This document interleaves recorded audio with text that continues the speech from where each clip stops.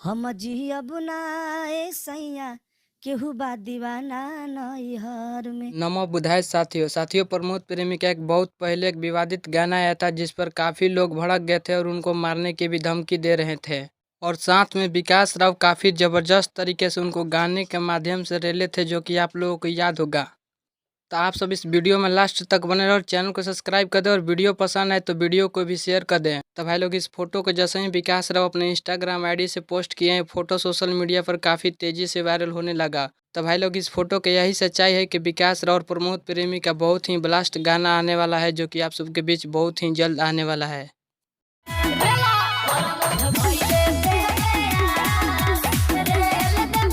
तब भाई लोग, प्रमोद प्रेमी के उस गलती को माफ़ कर देना चाहिए या विकास राव माफ़ कर दिए हैं, या गाना आना चाहिए या नहीं, आप सब कमेंट में ज़रूर बताएं। तो आप सब इस गाने को वेट कीजिए। मिलते हैं अगले वीडियो में। जय भीम, जय भारत, नमो बुद्धाय।